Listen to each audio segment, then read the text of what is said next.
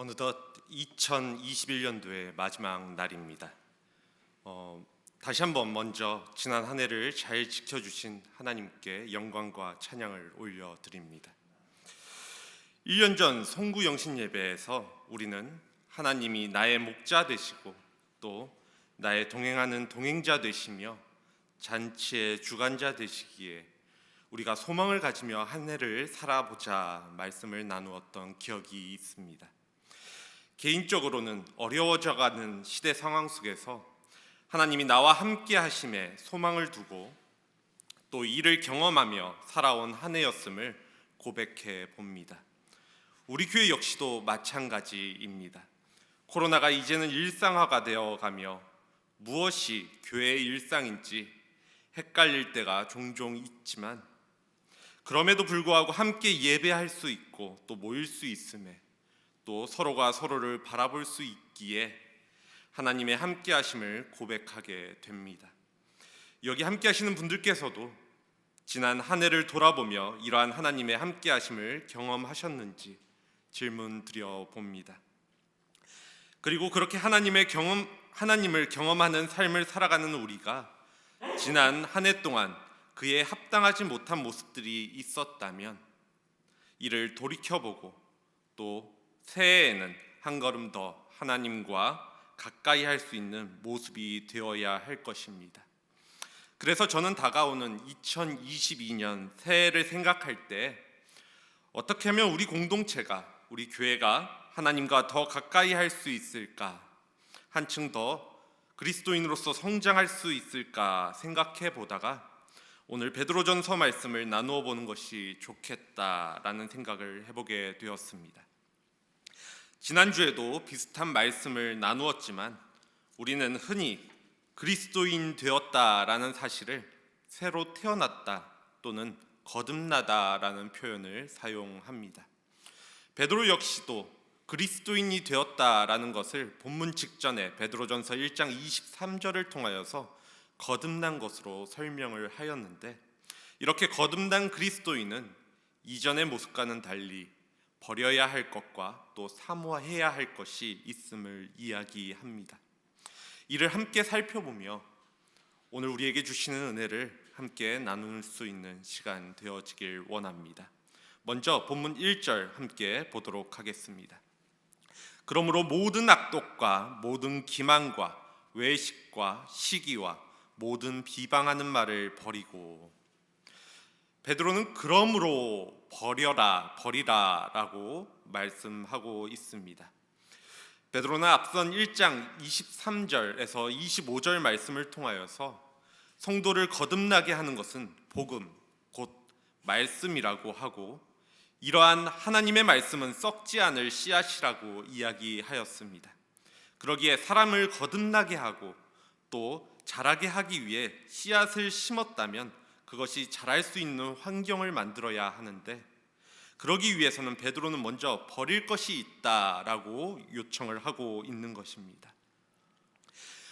호세아서에 보면 당시 이스라엘 백성들이 하나님을 아는 지식이 없어서 망한다고 하면서 회개를 촉구하였는데, 그때 회개를 촉구하면서 했던 말이 너희 묵은 땅을 기경하라 라는 말씀이었습니다. 너희 묵은 땅을 기경하라. 굳은 심령을 갈고 또 그 속에 있는 돌과 엉겅퀴들을 제거하여야 그 밭에 뿌려진 씨앗이 발아도 하고 또 자라나며 열매 맺는 것과 같이 먼저 심령 속에 씨앗이 자라나는데 방해되는 요소들을 뽑아버릴 것을 요구하고 있는 것입니다. 베드로 역시 오늘 본문에서 거듭난 자라면 버려야 할 것을 몇 가지 이야기합니다. 여기서 버린다라는 말은 옷을 벗을 때 사용되어지는 표현입니다. 우리가 더러운 옷을 벗어버리듯이 그리스도인도 벗어버려야 할 것이 있다라는 것입니다. 우리의 마음의 밭이 좋은 땅이 되기 위해서 말입니다. 그렇다면 베드로가 버리라고 요청하는 것이 무엇인지 우리가 잠깐 하나씩 살펴보도록 하겠습니다. 먼저는 첫 번째, 악독입니다. 악독이란 하나님을 모르는 이 세상 사람들이 살아가는 악한 모든 생활 방식을 의미합니다. 구체적으로는 자신의 유익을 위해 남을 해하려고 하는 무자비한 행동들을 뜻하는데, 이어지는 네 가지 모습들이 모두 포함된 것이 바로 악독입니다. 그래서 그 이어지는 두 번째 우리가 버려야 할 것이 바로 기만입니다. 기만이라는 단어는 두 가지 마음을 품는 것, 자기 목적을 달성하려고 남을 속이는 것을 의미합니다. 낚시를 할 때 가짜 미끼를 달아 물고기를 유혹하는 것과 같은 것입니다.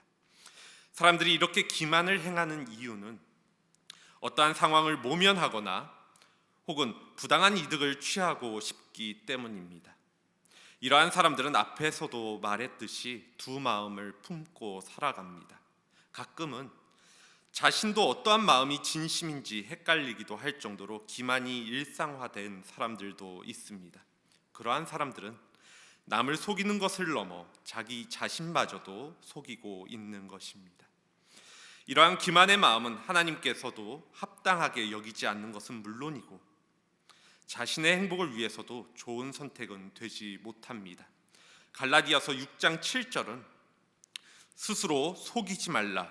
하나님은 업신여김을 받지 아니하시나니 사람이 무엇으로 심든지 그대로 거두리라 하였습니다.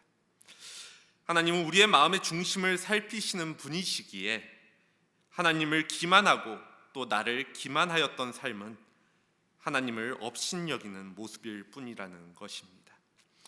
우리가 버려야 할 것 세 번째는 외식입니다.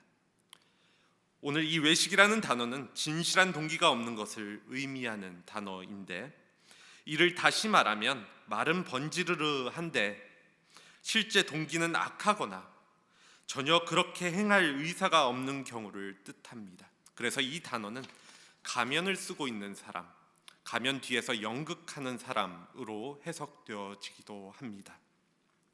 그러므로 외식하는 자란 진실한 동기를 숨기고 자신의 이익이나 상황에 따라 행동하는 자를 의미합니다. 요즘 말로 하면 위선자라고 불리우는 사람입니다. 우리가 버려야 할 모습 네 번째는 시기입니다. 이 시기라는 단어는 이해하기 쉽게 설명드리면 질투라고 말씀드릴 수 있습니다. 이러한 시기와 질투는 이기심과 탐욕에서부터 시작을 합니다. 자기 중심적이고 정욕적인 마음은 이웃이 잘 되는 것을 보지 못하게 만듭니다. 자신보다 이웃이 잘 되는 것을 축하해 주지는 못할 뿐만 아니라 반드시 끄집어 내리든지 그보다 자신이 더 높아져야 이 시기라는 마음은 해결이 되어집니다. 그래서 시기는 인간 본성의 죄입니다. 스코틀랜드의 목사이자 신학자였던 윌리엄 바클레이는 이러한 인간의 이기심과 시기는 죽어서야 없어진다라고 주장하기도 하였습니다. 이 시기심은 이스라엘 사람들이 예수님을 십자가에 달게 하는 원인이 되기도 했습니다. 마가복음 15장 17절에서는 저가 대제사장들이 시기로 예수를 넘겨준 줄 알미러라 라고 하며 본디오 빌라도에게 예수님을 넘긴 자들의 악한 동기가 시기였다고 말하고 있습니다. 그러므로 이러한 시기의 마음 역시 성도에게 있어서는 안 되는 성품인 것입니다. 우리가 버려야 할 모습 마지막 다섯 번째는 비방하는 말입니다. 비방하는 말은 중상, 헌담, 또 욕이란 뜻을 가진 단어인데 남에 대해서 무고히 해하기 위해 부당하고 또 파괴적인 말을 하는 것을 의미합니다. 이를 쉽게 이야기하면 남을 헐뜯는 행위를 말하고 있는 것입니다. 사실 비방은 앞서 설명드린 시기의 열매라고 말씀드릴 수 있습니다. 시기심이 자라면 반드시 비방이라는 열매를 맺게 되는 것입니다. 그렇기에 베드로는 우리 그리스도인들의 대화가 다른 사람들을 비방하는 방향으로 빠져서는 안 된다고 경고합니다. 이렇듯 베드로는 우리가 거듭난 그리스도인으로 살아갈 때 버려야 할 다섯 가지의 모습을 예로 들어 이야기하고 있습니다. 물론 이 다섯 가지만이 우리가 버려야 할 것의 전부는 아닙니다. 그래서 베드로는 다섯 가지 버려야 할 것의 주제에 앞서 모든이라는 표현을 사용합니다. 모든 악독, 모든 기만과 외식과 시기, 모든 비방하는 말이라고 말입니다. 이는 이 5가지를 예로 베드로는 설명하였지만 그 외에도 모든 악한 것을 벗어버려야 함을 의미합니다. 즉 말씀으로 거듭난 자가 그 심령에 싹이 나고 자라며 열매를 맺기 위해서는 이러한 모든 악한 것들을 심령에서 뽑아버려야 함을 베드로는 이야기하고 있는 것입니다. 그런데 한편 이것은 그리스도인으로 거듭난 자에게 베드로가 요청하는 소극적인 자세입니다. 최소한의 기본과도 같은 것, 그 시작의 단계이지 이것이 끝이라거나 또 전부가 되어서는 안 된다는 것입니다. 그렇기에 베드로는 2절에서 적극적으로 무엇인가 행하라고 가르치고 있습니다. 그것은 말씀을 사모하라는 것입니다. 2절입니다. 갓난 아기들 같이 순전하고 신령한 젖을 사모하라. 이는 그로 말미암아 너희로 구원에 이르도록 자라게 하려 함이라. 앞서서도 언급드렸지만 베드로는 1장 22절 말씀을 통하여서 하나님의 말씀을 썩지 아니할 씨라고 이야기했습니다. 그리고 우리가 복음을 듣고 예수 그리스도를 주로 고백하는 순간 우리 안에 썩지 아니할 씨인 하나님의 말씀이 심겨졌다고 이야기합니다. 그렇기에 우리 안에 심겨진 이 씨앗은 그 자리에 그 상태로 멈춰 있어서는 안 되고 자라나야 합니다. 물론 부모의 심정이나 바람으로는 자녀가 언제나 내 품 안에 있는 아기의 모습이기만을 바랄 때가 있습니다. 하지만 아기가 태어나서 1년이 지나고 또 10년이 지나도록 육체나 또 정신이 태어난 상태로 멈추어 있다라면 그것은 문제가 있는 모습입니다. 우리의 신앙과 믿음 역시도 마찬가지입니다. 처음 믿음 상태 그대로 우리의 신앙이 성장하지 않고 멈추어 있다라고 한다면 그것은 문제가 있는 것입니다. 성경은 예수 그리스도를 믿고 거듭남으로 구원받은 사람에 대하여 이제 이것으로 족하다, 이것으로 끝났다, 천국에 갈 수 있으니 되었다라고 말하지 않습니다. 오히려 구원받은 것에 대하여 믿음의 경주라고 표현하고 선한 싸움이라고 또는 구원의 길이라고 표현을 합니다. 이것은 마지막 때를 바라보며 이미와 아직의 그 사이에 우리가 있는 것처럼 완료되는 것이 아니라 진행되고 있는 것입니다. 특정한 목표가 있고 또 그것을 향해 끊임없이 나아가는 것이 그리스도인의 구원입니다. 그래서 베드로전서 1장 4절에서는 우리의 구원이 하늘에 간직되어 있다라고 말하고 5절에서는 그 구원이 말세에 나타나기로 되었다고 기록하기도 하였습니다. 그 구원을 향해 달려가는 것, 이것이 그리스도인의 성장입니다. 또한 우리는 성경에서 범사에 그에게까지 자라날지라 너희의 믿음이 더욱 자라고 하나님을 아는 것에서 자라나게 하시고 오직 우리 주 곧 구주 예수 그리스도의 은혜와 그를 아는 지식에서 자라가라 라는 말씀과 같이 그리스도 안에서 그리스도인이 자라야 한다는 것에 관련된 말씀들을 쉽게 찾아볼 수 있습니다. 즉 그리스도인이라면 영적으로 자라야 한다고 성경은 계속해서 말하고 있다라는 사실입니다. 또한 베드로는 자란다라는 표현을 자라나게 하려 한다, 자라게 하려 한다라는 표현을 사용하고 있습니다. 이것은 내가 스스로 노력해서 자라는 것이 아니라 누군가가 나를 자라게 한다라는 의미이기도 합니다. 우리가 스스로 노력해서 키가 자라는 것이 아니듯이 내 스스로가 아니라 누군가 우리를 자라나게 하는 것입니다. 그 존재가 바로 하나님이십니다. 그리고 이러한 하나님께서 우리를 자라나게 하실 때 사용하시는 도구가 바로 하나님의 말씀입니다.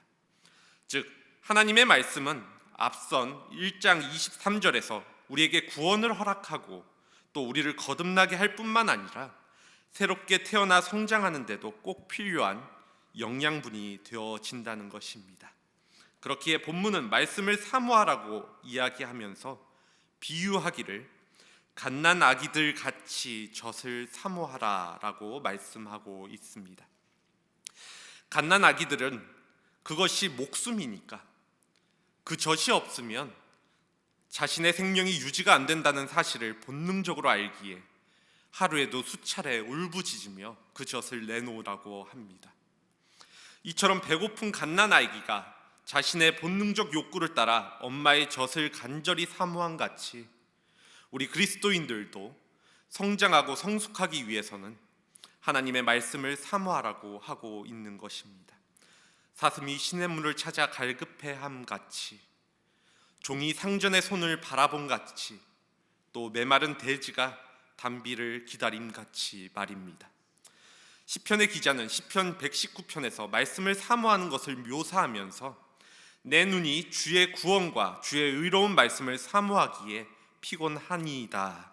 내가 주의 계명들을 사모함으로 내가 입을 열고 헐떡 였나이다 라고 고백하면서 하나님의 말씀을 너무 사모해서 밤늦도록 자지 않고 깨어 있었다라고 이야기합니다. 우리에게 이러한 말씀에 대한 갈급함과 또 사모함이 있는지 질문해 보게 됩니다.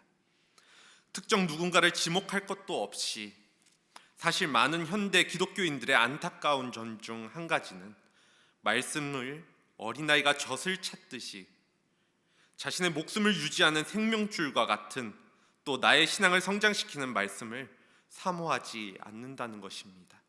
그 이유가 인터넷을 보거나 방송을 보면 우리가 그것을 너무 쉽게 대할 수도 있고 언제나 또 대할 수 있어서 그런 것인지, 아니면 말씀을 읽어도 내 삶이 크게 변화하는 것 같아 보이지 않아서인지, 또는 말씀 없이도 크게 문제없이 살아간다고 느껴서인지 모르겠지만 말입니다. 혹은 말씀이라는 것이 필요하다는 것은 알지만 그것이 의무감으로 변하여 부담으로 작용하여 멀리하는 분들도 계실지 모르겠습니다. 하지만 우리가 그리스도인으로 살기 위해서는, 그 생명을 유지하고 또 성장하기 위해서는 말씀을 자주 접할 수 있어야 하는데, 그것은 본문의 말씀처럼 갓난아기가 젖을 찾는 것과 같이 사모해야 하는 것입니다. 물론 말씀을 사모하되 무분별한 것은 지혜롭지 못합니다. 그래서 본문은 말하기를 아무 젖이나 먹으면 된다 말하지 않고 순전하고 신령한 젖을 먹으라 하고 있습니다. 베드로는 우리가 먹어야 할 젖이 어떠한 젖인지를 두 가지 관점에서 설명을 하는데, 먼저는 순전한 젖입니다. 여기서 순전하다라는 말은 순수한, 기만이 없고 또 계략이 없는 이라는 단어의 뜻입니다. 그렇기에 순전한 젖은 오염되거나 첨가된 것이 없는 순수한 본연의 젖을 의미합니다. 베드로 당시에는 우유나 포도주를 판매하는 사람들이 이를 물에 희석하여 양을 늘려 판매함으로 이득을 본 사례가 많이 있었는데, 순전한 젖을 먹으라는 것은 이와 같이 말씀을 희석하여서 순수하지 못하게, 순전하지 못하게 전하는 것을 받아들이는 것에 대한 경계입니다. 이와 비슷하게 바울은 고린도후서 2장 17절 말씀을 통하여서 우리는 수많은 사람들처럼 하나님의 말씀을 혼잡하게 하지 아니하고 곧 순전함으로 하나님께 받은 것 같이 하나님 앞에서와 그리스도 안에서 말하노라 라고 고백하면서 당시 말씀에 무엇인가 더 첨가하여 혼잡하게 만드는 일들을 많은 사람들이 하였던 모습들과 또 자신의 차이를 이야기합니다. 그렇기에 우리가 순전한 말씀을 먹는다는 것은 우선적으로 성경의 말씀 그 자체로 먼저 받아들이는 것을 의미합니다. 어떤 분들에게 말씀을 보시냐고 제가 질문을 드려보면 자신 있게 일주일에 한 번은 말씀을, 성경을 본다는 분들 계십니다. 그러한 분들이 말씀하시는 것을 들어보면 그 한 달에 한 주에 한 번이라는 것이 교회 가면 일주일에 한 번 설교 시간에 그 본문이 되는 성경을 본다고, 그때 그 말씀을 본다고 말씀하시는 분들이 많이 있다라는 것입니다. 이러한 분들에게 우려되는 것이 순수한 말씀을 먹을 기회가 있을까 하는 것입니다. 저도 설교를 준비하고 또 지금 이 시간 말씀을 나누지만 목회자로서 어떻게 하면 성도님들께서 더 쉽게 말씀을 이해할 수 있도록 할 수 있을까 수많은 고민을 하게 됩니다. 그리고 그러한 상황에서 항상 조심하고 또 조심하는 것이 너무 많은 것을 덧붙여서 오히려 순수한 말씀을 혼잡하게 만들지 않을까 하는 점입니다. 그러한 면에서 보면 예배 시간에 선포되어지는 말씀이나 또 제가 매일 아침에 맥체인 성경 순서에 따라서 보내드리는 한절 묵상 역시 아무리 첨가하는 것을 배제한다 하여도 그것은 2차적인 생산물이라고 말씀드릴 수 있습니다. 물론 제가 이 말씀을 묵상하면서 또 제가 느끼고 감동이 되어지는 것은 저에게 순수한 1차적인 말씀이지만 그것이 저를 통하여서 전달될 때에는 한번 저라는 필터가 거쳐지게 되는 것입니다. 그것이 성경과 전혀 다르거나 틀리지 않는 말씀이라고 할지라도 말입니다. 이를 조금 더 급진적인 예로 들어서 말씀을 드린다면 이러한 것입니다. 아무리 재료의 본연의 맛을 살리는 요리사라 할지라도 그 재료의 순수한 맛만을 보여주지는 못합니다. 때로는 본연의 맛이 쓰기도 하고 또 달기도 할 때 요리사는 자신의 손길을 거쳐 그래도 먹을 만한 음식으로 사람 입맛에 맞게 만듭니다. 물론 이러한 음식이 맛도 좋고 또 먹기도 수월할 수 있습니다. 그런데 본연의 맛 그 자체를 순수하게 맛본다는 것은 실제로 요리사의 손길을 거치지 않고 그 재료를 맛볼 때에만 가능한 일입니다. 그렇기에 저는 감히 우리가 우선되어야 하는 것은 설교 말씀뿐만이 아니라 우선은 우리가 스스로 어떠한 것도 가미되어 있지 않은 성경 말씀을 순수하게 1차적으로는 묵상하고 받아들일 수 있어야 한다는 것입니다. 그 다음이 설교나 다른 책을 통하여 또는 다른 사람들과 그 말씀을 나눔으로 내가 묵상한 말씀이 바른 것인지 또 이렇게 받아들이는 것이 옳은 것인지 확인하고 또 더 폭넓은 말씀의 이해가 되도록 하는 것들이 필요한 것이지 앞서 언급한 것들이 우리에게 우선이 되어서는 안 된다라는 사실입니다. 다음으로 우리가 사모하고 먹어야 하는 것은 신령한 젖입니다. 신령하다라는 말은 이성적인 또 영적인이라는 뜻입니다. 이 말처럼 신령한 젖은 영적이고 이성적인 말씀을 의미합니다.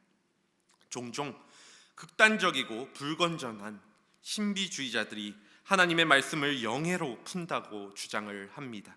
하지만 하나님의 말씀은 극히 이성적이며 역사적입니다. 그리고 동시에 영적인 것입니다. 성령은 그리스도인들이 성경을 읽을 때 이성을 버리고 읽게 하지 않습니다. 이성을 활용하여 성경을 이해하게 하시고 또 그 말씀 속에서 하나님의 뜻을 분별할 수 있도록 하는 것입니다.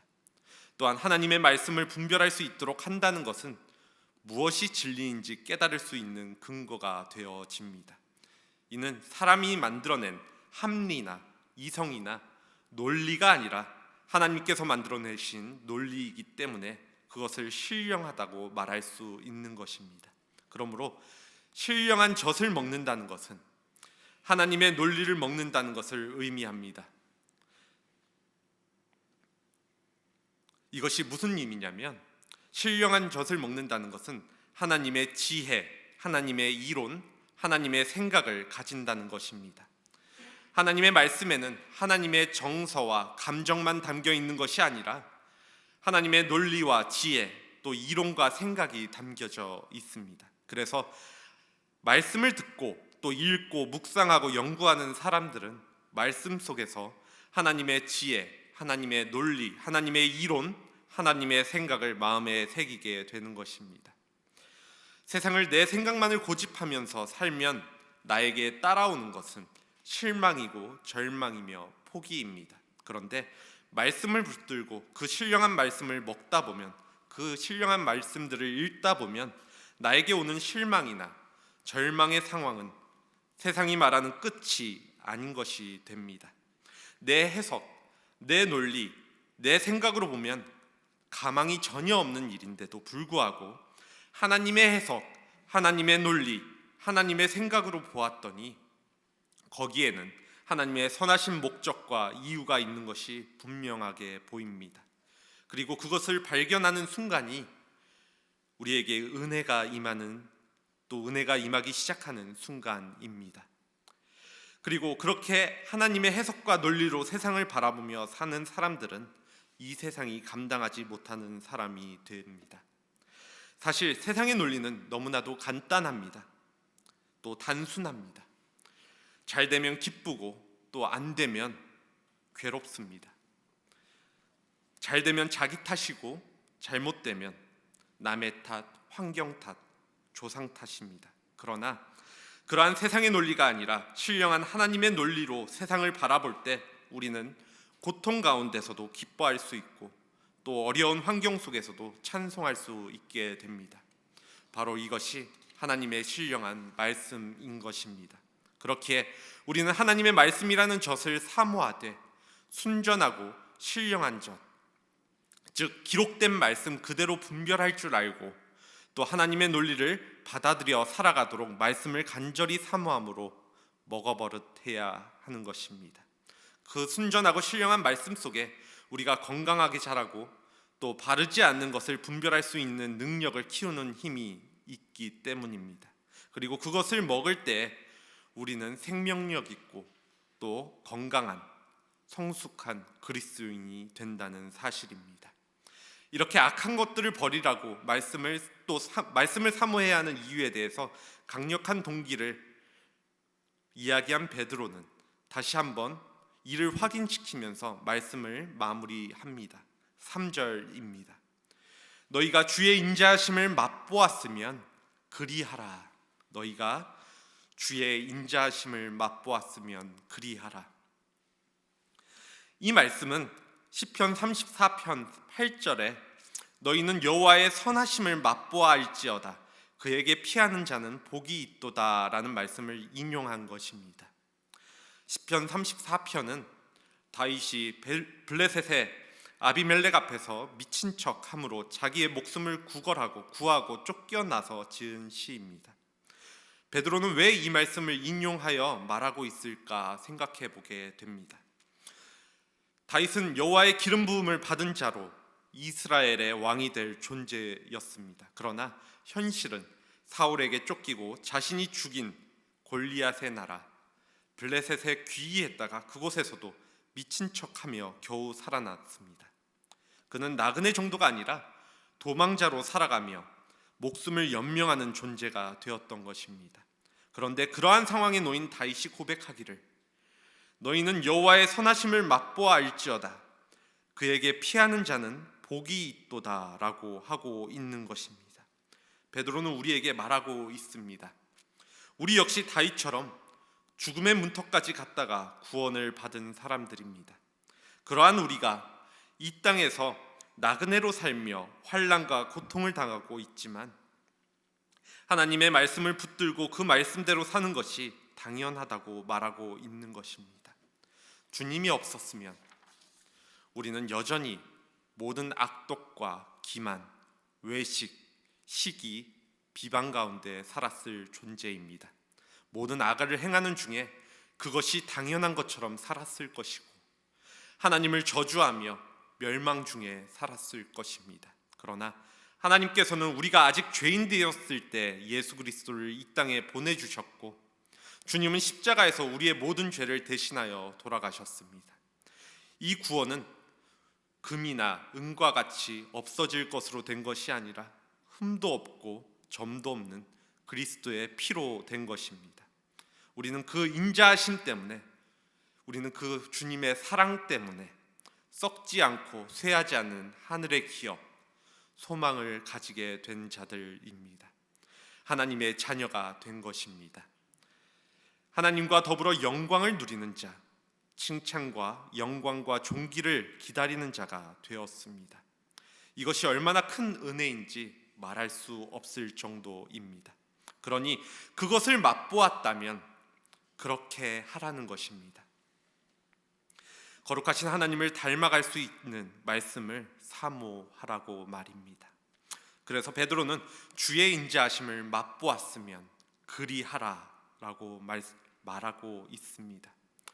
우리가 다이어트를 하는 분들이면 잘 아는 말일 텐데, 흔히 아는 맛이 제일 무섭다라는 말 들어보셨을 것입니다. 저는 개인적으로 라면을 좋아하지 않지만 많은 분들이 라면 냄새만 맡아도 그것을 먹고 싶어하는 욕구가 엄청나게 샘솟습니다. 그래서 옆 사람이 라면을 끓이면 한 입만이라도 먹고 싶어 하지요. 왜냐하면 그것이 얼마나 맛있는지를, 그 맛을 알기 때문입니다. 마찬가지로 주의 인자하심을 맛본 자들은 그 말씀을 사모하고 악한 것을 버리며 그 말씀대로 사는 것이 너무나도 자연스럽게 따라오는 것입니다. 그 맛을 알기 때문에 말입니다. 말씀을 정리합니다. 오늘 본문 속에서 베드로는 말씀을 읽어라, 묵상하라 라고 말하지 않고 사모하라 라고 말합니다. 어떠한 의무감에서 하는 것이 아니라 너희가 그의 인자하심을 맛보았으면 그렇게 사모하라고 말하고 있는 것입니다. 이렇게 우리가 말씀을 사모해야 하는 이유는 우리를 사랑하신 예수 그리스도 때문입니다. 베드로전서 1장 8절 말씀입니다. 너희가 예수를 보지 못하였으나 사랑하는도다. 이제도 보지 못하나 믿고 말할 수 없는 영광스러운 즐거움으로 기뻐하니. 우리는 예수님을 실제로 본 적도 없지만 사랑한다고 고백합니다. 그것은 우리가 그분의 인자하심을 맛보았기 때문에 가능한 일입니다. 다시 말씀드리지만 우리는 구원받고 거듭나게 되었을 때, 즉 새로운 생명을 얻게 되었을 때 주님의 인자하심을 맛본 존재들입니다. 그리고 이렇게 주님의 인자하심을 맛본 사람들은 하나님의 말씀을 사모합니다. 아니, 사모할 수밖에 없습니다. 그것이 어린아이가 젖을 사모하듯이, 젖을 찾듯이 나를 성장시키고 또 나를 살리는 생명의 근원이 된다는 사실을 누구보다 잘 알고 있기 때문입니다. 그렇기에 오늘 말씀을 사모하는 것만이, 더 정확히는 순전하고 신령한 말씀을 사모하는 것만이 우리가 성장하는 길이고 구원을 완성하는 길이 됨을 기억하셔야 합니다. 이제 몇 시간이 지나면 2022년이 시작됩니다. 항상 우리가 새해를 맞이하면서 새로운 다짐이나 결의를 다지는데, 저는 우리 교회 공동체에 이러한 제안을 드리고자 합니다. 그것은 지난 삶의 악한 모습들을 버리고 말씀을 사모하는 한 해가 되자 하는 것입니다. 오늘 여기 함께 하시는 분들은 주의 인자하심을, 주님의 인자하심을 맛보신 분들이십니까? 그렇다면 새해에는 이러한 결단이 있기를 원합니다. 말씀을 사모하는 한 해가 되자고 말입니다. 우리 잠깐 이 시간 함께 외칠 수 있길 원합니다. 말씀을 사모하는 한 해가 되자. 우리 한번 외칩시다. 말씀을 사모하는 한 해가 되자. 아멘입니다. 물론 우리가 무엇인가를 사모하고 사랑한다는 것은 우리의 의지로 되는 것만은 아닙니다. 정확히는 우리가 주님의 인자하심을 맛보았다면 우리의 의지로 말씀을 사모하는 것이 아니라 그 맛을 알기에 사모할 수밖에 없게 되는 것이 순서이긴 할 것입니다. 그리고 그렇게 우리가 말씀을 사모하면 그 말씀을 갈망하고 찾아 읽을 수밖에 없지 않을까요? 어떠한 방법이라도 좋습니다. 매해 도전하지만 쉽게 성공하지 못하였던 성경 일독을 해보시는 것도 좋고, 또 필사를 해보는 것도 좋습니다. 또는 주보에 매일 말씀 4장씩 따라가는 맥체인 성경을 우리가 같이 묵상하고 나아가는 것도 좋고, 또 오늘 본 성경 말씀 중에 가슴에 와닿는 말씀을 우리 단체 카톡방에 올리는 것만으로도 좋습니다. 같은 말씀을 매일 묵상하셔도 좋습니다. 어떠한 방법으로든 새해에는 말씀을 사모함으로 가까이 해보자는 것입니다. 그러다 며칠 하다가 손을 놓게 되어도, 작심삼일이 된다고 하더라도 그럼에도 불구하고 한번 시도해 보는 것입니다. 하루도 안 하는 것보다 하루라도 그것을 생각하는 것이, 그리고 그 결심과 결단이 조금씩 늘어나 습관이 되어질 수 있도록 하는 것이 중요합니다. 또한 말씀을 읽다가 막히거나 궁금한 것이 있다면 언제든지 물어보시기 바랍니다. 우리 교회의 경우 저를 포함하여서 성경에 대해 나누고 또 물어볼 수 있는 분들이 많이 계시다는 사실을 다들 잘 알고 계실 것입니다. 새해를 맞이하여서 우리가 그리스도인으로 거듭난 사람이라면, 우리가 주의 인자하심을 맛본 존재라면 이전의 악독, 기만, 외식, 시기, 비방하는 말들과 같은 악한 것을 벗어버리고 이제는 그것을 넘어서 새해에는 말씀을 사모함으로 더욱 성숙하고 또 성장하는 그리스도인 되어지는 한 해가 되어지기를 간절히 소망합니다. 이 시간 함께 기도하겠습니다.